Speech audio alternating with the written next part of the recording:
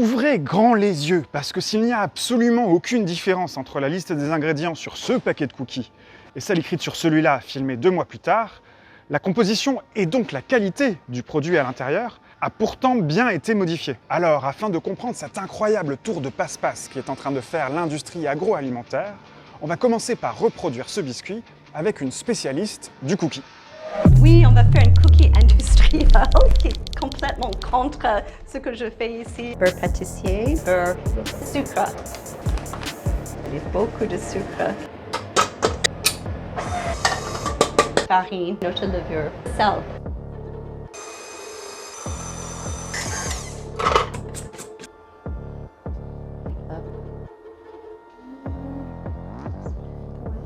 Ok, maintenant, on va faire l'intérieur. En fait, c'est comme la pâte à tartiner. Huile de tournesol. 4,45 € le litre. Attends, dans la nouvelle version des cookies Milka, ça a été remplacé par un autre ingrédient. Oui. Il y a le ketchup, il y a plein de chiffres. Et là, il y a quelque chose rajouté, d'héros palma. L'huile de palme. Huile de palme, c'est pas bon pour la planète, c'est à cause de la déforestation. Huile de palme. Le prix est à 2,91 € le litre. Donc pour Milka, ça coûte 50% moins cher quand tu utilises l'huile de palme que l'huile de tournesol. Après l'huile de palme, on va mettre l'huile de colza, chocolat au lait Milka, sucre, cacao en poudre, amidon de blé, fibres dans le plat. Oui, juste plat. Ça, c'est l'huile de palme en train de fondre. Donc ça, c'est avec...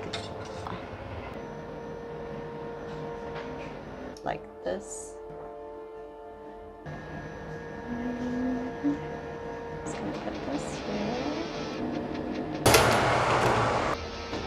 Ça, c'est le cookie milk avec huile de palme. Oh, c'est super sec. Right. Pale. Un peu plus sec aussi.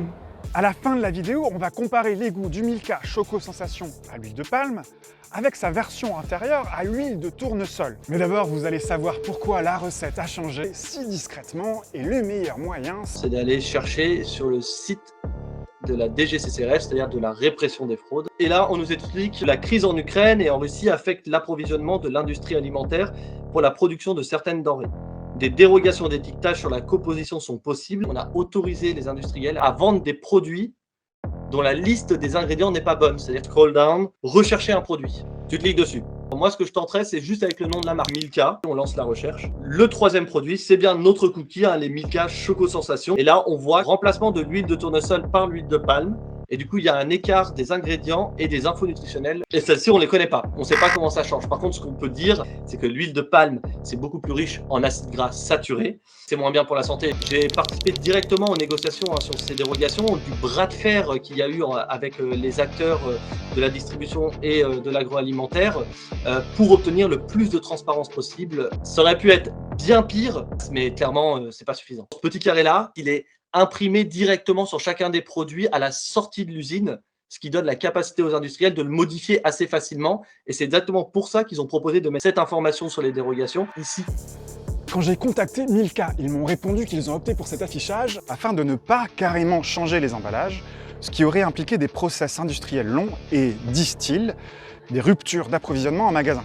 Si tu reviens en arrière, tu descends un peu plus bas, tu remarques là, tu as toutes les dérogations qui sont données et tu en as 3844. Et c'est pas fini. Il va y avoir de plus en plus de pénurie d'huile de tournesol, plus on va avancer dans l'année. Si on prend les œufs Auchan datés du jour de ponte, ce qu'on voit tout de suite, en vert en bas à droite, issus d'animaux nourris sans OGM, les organismes génétiquement modifiés. Qu'est-ce qu'on donne aux animaux? On donne du tourteau de tournesol qu'on n'a plus à cause de la guerre en Ukraine. Du coup, ils se sont tournés vers du soja OGM. Et là, ce qu'on peut lire en petit dans le pavé de datage à nouveau, alimentation sans OGM non garantie. Là, clairement, pour moi, on est face à quelque chose qui induit totalement en erreur le consommateur. Et il y a une autre chose qui est très gênante pour le consommateur, souvenez-vous. Pour Milka, ça coûte 50% moins cher quand tu utilises l'huile de palme que l'huile de tournesol. On pourrait donc s'attendre à ce que le prix du produit fini ait baissé, mais au contraire, dans le même magasin, le cookie est passé de 16,43 € à 17,31 € le kilo, soit une hausse de 5,6%. Maintenant, il est temps de comparer ces deux produits.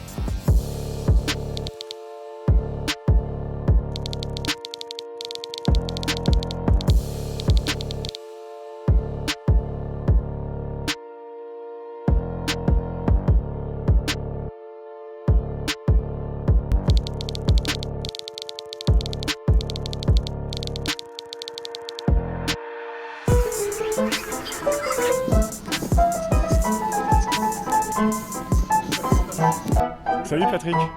Salut. Qu'est-ce que tu fais là? T'es pas en cuisine? Ouais, non, je me détends un peu après le repas, quoi. Voilà, je fais un peu de musique pour tout le monde. Toi, ça te pose pas de problème de cuisiner avec l'huile de palme?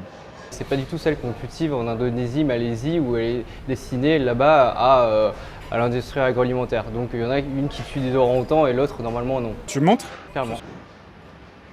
Ok, c'est ça. Huile de palme naturelle, 100% de Guinée. Je t'ai apporté deux cookies Choco Sensation de Milka qui sont absolument identiques à une chose près. L'un des deux contient de l'huile de palme. Tu pourrais me dire lequel tu préfères? D'accord, faisons ça. Je vois pas vraiment de différence. Quand c'est une huile de palme utilisée par l'industrie, elle est forcément raffinée. Elle a aucune couleur, aucun goût.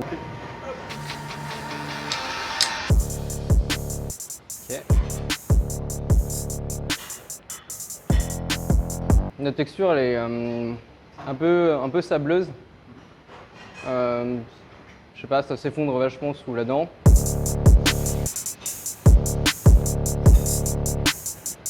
Il est beaucoup plus croustillant celui-là. Le goût, je dirais qu'il est vraiment plutôt similaire, mais la texture, c'est vraiment différent.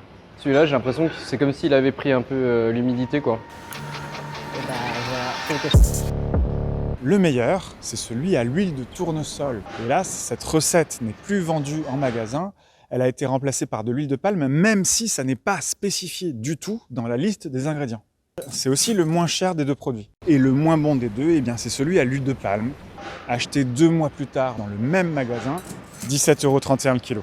On va voir en combien de temps tu trouves le paquet qui correspond à l'huile de palme. Ok, bah je vois. Il y a marqué Dérogue Palme en dessous de la date de péremption ici. L'huile de palme, celui-là tournesol. Bingo! Je lis ça sans être informé, je vois pas du tout ce que ça peut être, quoi. Vraiment pas. Même s'il y a une dérogation, c'est clairement mensonger, ouais. À bientôt! Ciao. Depuis que j'ai tourné ce reportage, sur la liste de la DGCCRF, 200 nouvelles dérogations se sont ajoutées. Je te propose de chercher petit beurre croustillant, tablette de chocolat noir de Monoprix, remplacement de la lécithine de tournesol par un additif qui est le E442. Petit beurre croustillant aux tablettes chocolat noir. Et ben là, on voit qu'il n'y a pas le dérogue. C'est-à-dire qu'en fait, la recette modifiée, elle est en cours de fabrication et sûrement en stockage. Elle arrivera un peu plus tard dans les rayons. Du coup, il faut rester vigilant sur les pavés de datage. Il va falloir retourner le produit à chaque fois qu'on l'achète. Non mais c'est un casse-tête. Genre c'est un casse-tête total.